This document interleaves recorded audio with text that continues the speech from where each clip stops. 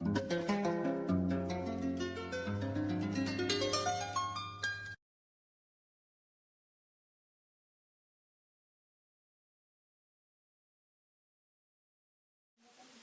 pequeño ingresé a una comunidad religiosa, los redentoristas, lo cual me permitió desde 1967 empezar a recorrer el país, pueblo por pueblo, vereda por vereda, y empezar a desmontar todo ese mecanismo de defensa de ideas, de instituciones, de realidades artificiales que no deja vivir a nuestro pueblo.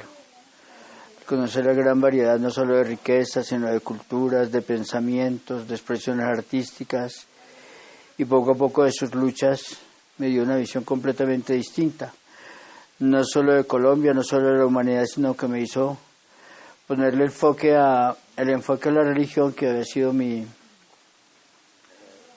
tema único desde niño. Entré a los 10 años al seminario hasta los 24 que me ordené, en el 67 de sacerdote. Había tenido una visión muy sesgada. Se había empezado a cuestionar esta visión con el Concilio Vaticano II, que me abrió otros horizontes por primera vez, pero fue como el marco referencial que me permitió mirar a Colombia ya con otros ojos, con los ojos de un cambio de los orígenes de una religión que había sido alternativa y de protesta y de transformación del mundo, y que luego había sido amañada por el poder a través de los siglos.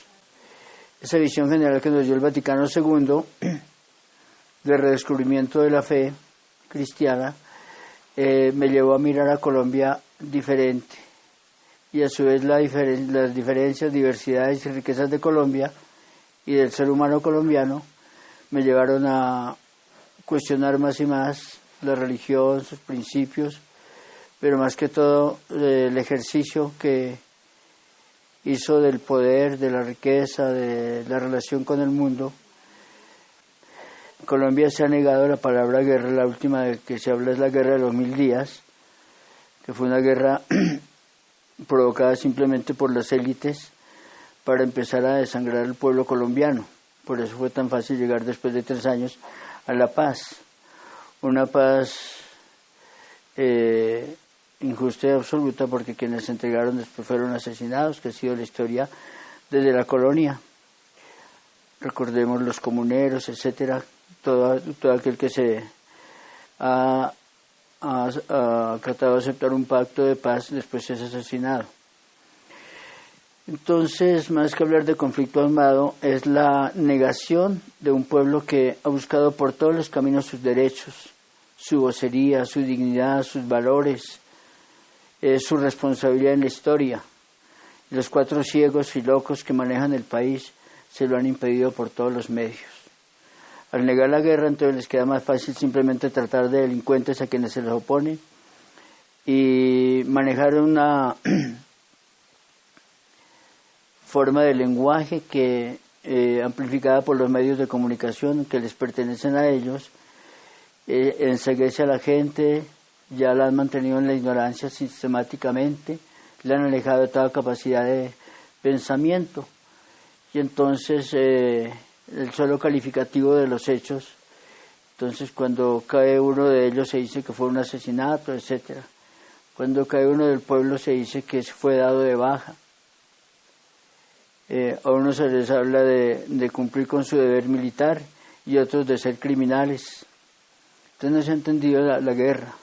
Yo estudié mucho desde el mismo Santo Tomás la guerra justa y todas las condiciones para una guerra justa en Colombia, pero como no se han querido descubrir las causas de esa guerra y mucho menos aceptar que hay una guerra, entonces el cinismo de ellos llega al máximo. Decretan para los mismos ejércitos absurdos que ellos formaron, como los paramilitares, unas formas de paz que son con completa impunidad, llevándolos incluso hasta el Senado, y ahora son los que están exigiendo que no haya impunidad para que pueda haber paz. Es un cinismo alocado y tonto que la gente, desgraciadamente, en su ignorancia, hasta ahora se ha tragado. Pero ¿cuál es esa gente? La gente esclava de los medios de comunicación, de las novelitas y de los noticieros, manipulados por ellos. pero cuando realmente uno recorre los campos, habla con el pueblo, que lucha organizado, que trabaja, que construye comunidades de trabajo, de defensa de la vida, de defensa de la naturaleza, de defensa de los derechos, uno ve que ya hay mucha sabiduría en Colombia y que eso o por las buenas o por las malas tiene que reventar. La paz no se da solo en un decreto, ni solo está la causa de la violencia en unos cuantos pensadores que han lanzado a la guerra a unos muchachos. Son causas objetivas, económicas, culturales, políticas, sociales, incluso religiosas, que han venido abonando un campo en que, como en todos los países del mundo y en todas las culturas y en todos los momentos de la historia, cuando la gente no encuentra sus derechos acude a las armas. Aquí se les niega ese poder. Desde el poder se puede utilizar las armas con toda la besania del mundo, con torturas, desapariciones, las cosas horribles. Pero hay una falsa historia que es la que le meten en la mente a las personas para que no entiendan, para que no cambien, para que sigan alimentando el negocio de la guerra, para que sigan empobreciendo a los empobrecidos para enriquecer a los poderosos y para que nunca pierdan su poder. Digo que hasta religioso porque es desafortunado el papel que ha tenido la Iglesia. Recordemos en la mal llamada violencia, que también fue una guerra manejada por ellos, pero le llaman la violencia para no echar la culpa a nadie y para no dar cuenta del poder político que manejó esa violencia, donde los jefes de ambos partidos eran compadres y amigos y vieron la posibilidad de que Gaitán empezara a unir a los empobrecidos como una sola patria y le tuvieron miedo. Entonces decidieron desangrarla entre ellos y lanzaron esa barbarie.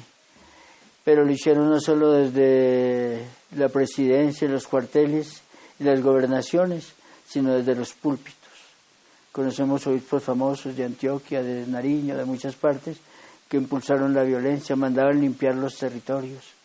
Yo lo viví como seminarista, lo viví cuando estaba en Sevilla Valle en el noviciado, cuando íbamos a recoger las víctimas del corte de franela y de corbata. O sea, yo he vivido la guerra y sé qué es lo que hay en el fondo. Si miramos críticamente la historia de Colombia, el papel de la Iglesia como Iglesia ha sido nefasto. Llamando Iglesia, desgraciadamente, solo a la jerarquía, porque siempre a la gente, al pueblo, se le negó el derecho de ser Iglesia. Hasta el Vaticano II, ya en los documentos aparece el pueblo como parte del pueblo de Dios y cuerpo de Cristo. Pero prácticamente se lo sigue manteniendo aislado de toda decisión y de toda orientación de la Iglesia. Esa jerarquía inicialmente era formada por hijos de las grandes castas de Bogotá y sobre todo quienes llegaban al poder y los sentaban. Tenemos al hijo de un presidente como el cardenal Concha, etcétera. Entonces ya tenían una formación desde niños con esa visión ciega del país. El país eran los dueños de Colombia, etcétera. Esa formación se siguió dando en los seminarios, no en todos de la misma manera.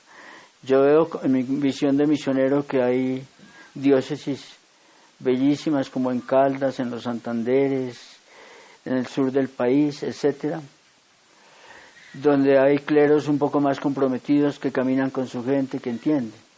Desgraciadamente el clero de Bogotá, que tiene mucho poder y tiene el dinero de toda Colombia, tiene una visión obtusa, cerrada.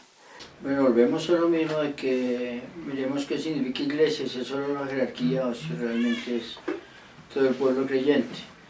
Pero aún yendo al punto concreto de que iglesias son los que tienen la vocería, etcétera, yo siento mucho dolor, porque hay dos grandes concepciones de la paz. Para unos la paz es que hay unos delincuentes que hay que apresar, entonces lo importante es desarticular la guerrilla, desarmarla y reducirla al cadalso porque no hay otras, o exterminarla. Muchos están esperando que simplemente la guerrilla suelte las armas para repetir las masacres de las bananeras, de la Unión Patriótica, de las comunidades cristianas de base y acabarse su problemita, cuando no entienden que el problema es otro, es la inequidad y la injusticia. El día que la Iglesia lo entendiera, aunque lo dicen algunos documentos, pero no lo entienden, porque por lo menos escuchar al Papa Francisco, ese día se aclaraba para el pueblo qué significa la verdadera paz. La Iglesia está ausente dolorosamente. ¿Qué traería un auténtico convenio de paz? El empezar a pensar los derechos humanos, la dignidad del ser humano, el sentido de la tierra, la búsqueda ante todo de la verdad y la reconstrucción de todo ese tejido humano y de sus derechos. En ese sentido, las FARC han logrado un gran propósito que la gente ciega no quiere entender. Las FARC no han luchado nunca ni por los derechos de los militantes, ni por simplemente que no los castiguen, sino quieren ese cambio de Colombia, y por eso han logrado poner sobre el tapete todos esos temas que hemos venido viendo sobre los derechos humanos, sobre las culturas, sobre todas esas realidades cuyos derechos han sido inculcados. Ese solo hecho ya es un avance muy grande. La jerarquía de la Iglesia, no hablamos de la Iglesia, sino de la jerarquía, ¿qué papel ha tomado?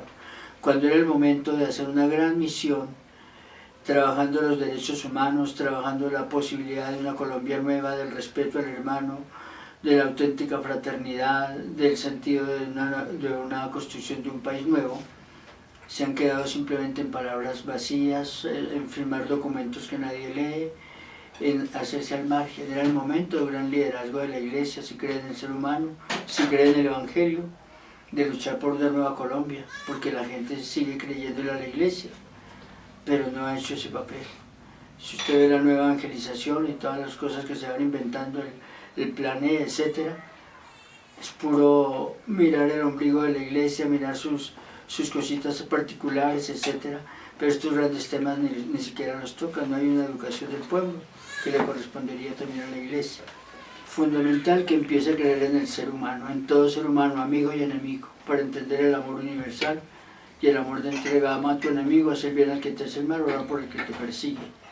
Segundo lugar, la urgencia de formación en la verdad, en el conocimiento de la historia, en el análisis de las situaciones.